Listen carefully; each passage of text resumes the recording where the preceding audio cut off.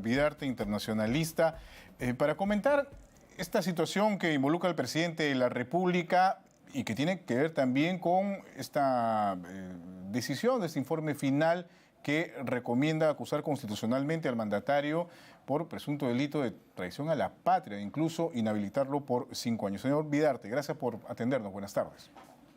Jorge, buenas tardes, un placer estar contigo. Igualmente, muchas gracias por atendernos. Usted ha señalado a través de sus redes sociales, lo estábamos leyendo hace unos instantes, que considera que este informe, que esta posición que se ha, digamos, construido desde el Congreso de la República en torno a esta situación del presidente de la República sobre presunta traición a la patria, básicamente tiene argumentos bastante débiles e incluso es ideologizado. ¿Por qué razón usted señala y sostiene esto, por favor, para poder entenderlo? A ver, he tenido la oportunidad de leer todo el informe. Uno se da cuenta de que el informe no es muy sustancioso. Yo no soy un experto en derecho constitucional, pero desde la óptica internacional uno se da cuenta de que hay mucha información que no es cierta, hay mucho de teoría conspiranoica, es decir, hay mucha conspiración, de lo cual creo que se ha venido hablando mucho, bastante en los últimos tiempos. Ya hay un razonamiento y una lógica que no aguanta ningún tipo de posición, ¿no?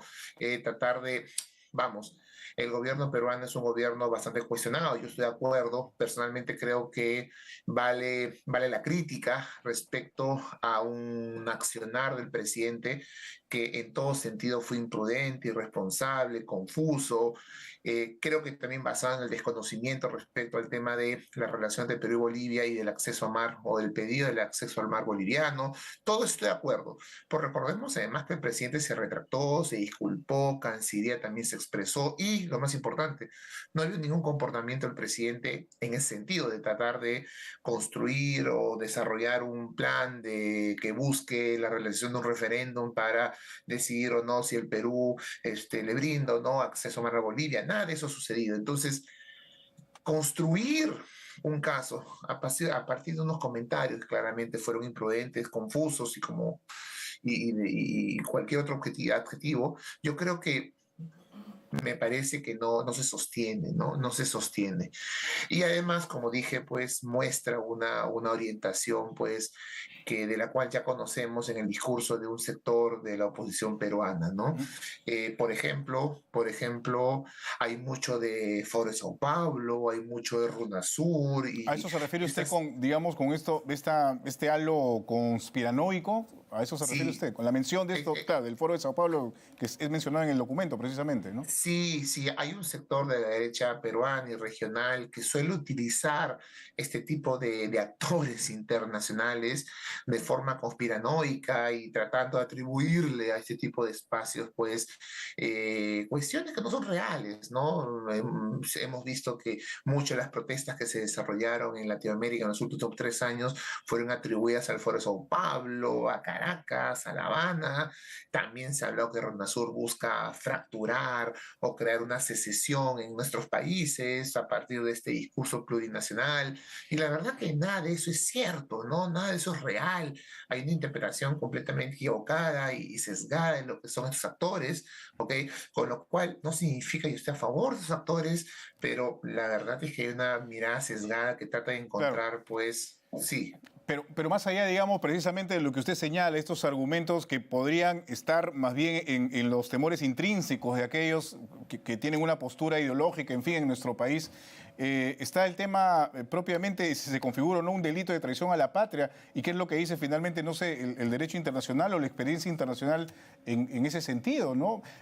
En los últimos 30 años, probablemente nuestro país ha dado claras muestras, digámoslo así, de apoyar a Bolivia, por decirlo de alguna manera, con esta aspiración que tiene de salida al mar. No obviamente cediéndole terreno, sino más bien, de alguna manera, desarrollando actividades comerciales, por ejemplo, que puedan servir de puentes para este tipo de aspiraciones que tiene el país altiplánico. O sea, no es algo Sí, nuevo, digamos.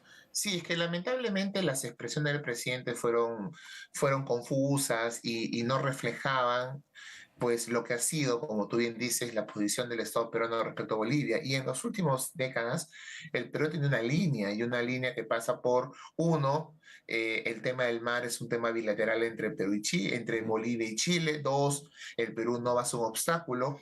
No se sabe muy bien qué es esto, porque si bien no vamos a ser un obstáculo, cuando llegue el momento tendremos que decidir, de acuerdo al Tratado de Lima del 29, si estamos de acuerdo con una cesión de territorio por parte de Chile que antes fue peruano, de darse el caso, ¿no? Entonces, yo creo que esa ha sido la posición peruana en las últimas décadas, y de esa posición no se ha movido. Yo creo que el presidente Castillo, pues también un poco, como decía, en base a cierto desconocimiento y el contexto propio de la entrevista, ¿no? Que fue una entrevista compleja, difícil para el mandatario, pues dijo algo que después, al día siguiente, tuvo que disculparse, digamos, ¿no? Y ahí debió haber terminado toda esta discusión, digamos, pero llevar esta discusión hasta la figura de traición a la patria, que es una figura dura, radical, que puede implicar incluso pues, la pena de muerte, yo creo Eh, que no tiene y mucho digamos que sentido, en los ¿no? hechos se podría configurar con acciones, digamos, concretas, específicas. No sé, se me ocurre, por ejemplo, venta de armas a un país que está en medio de un conflicto armado, se me ocurre, ¿no? Pues sí, O pero no sé, en el o caso, información, o dar información reservada de interés o defensa nacional a otro país, en fin, cosas muy puntuales en realidad. sí, lo que pasa es que la interpretación que le está dando es que estamos frente a un presidente que trata de ceder parte de nuestra soberanía territorial, ¿no? Y la verdad es que eso no tiene mucho sostén, ¿no? No ha habido ninguna acción por parte del presidente por llevar a cabo una decisión de esa naturaleza. Y en sus disculpas él señaló, la misma Cancillería señaló que pues hay que entender esto dentro de lo que ha sido pues los espacios de negociación y acercamiento entre Perú y Bolivia en los últimos años, espacios que permitieron que Bolivia tenga acceso al mar, pues con zonas turísticas, Claro, ya para Bolivia una Mar, por serie de ejemplo. acuerdos, exacto, del partido de una serie de acuerdos que Ujú. se han desarrollado en las últimas décadas. Ujú.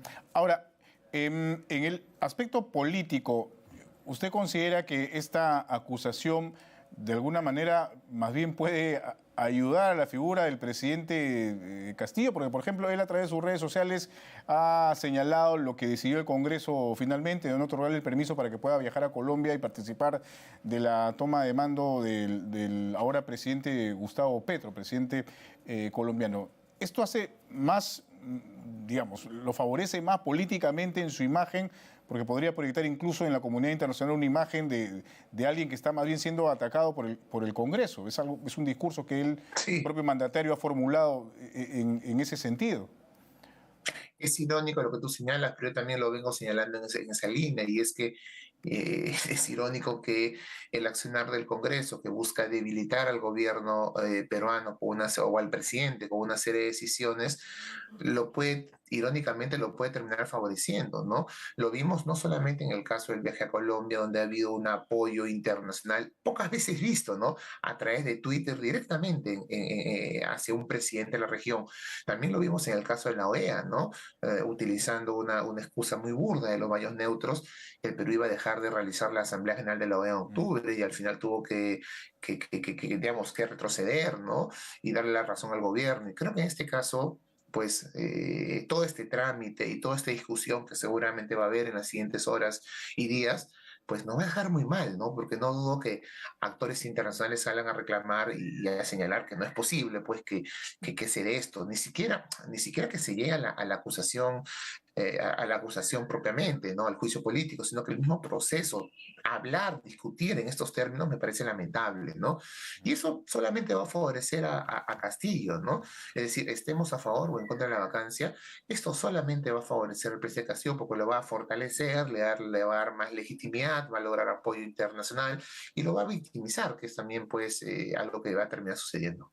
Bueno, vamos a ver cómo se desenvuelven los acontecimientos luego de haberse presentado este informe final. Muchísimas gracias por haber estado con nosotros. Muy amable. Que tengan buenas Jorge, un tardes. placer. Listo. Hasta luego. Gracias. Oscar Vidarte, internacionalista, ha conversado con nosotros. Son las 3:56 de la tarde, amigos.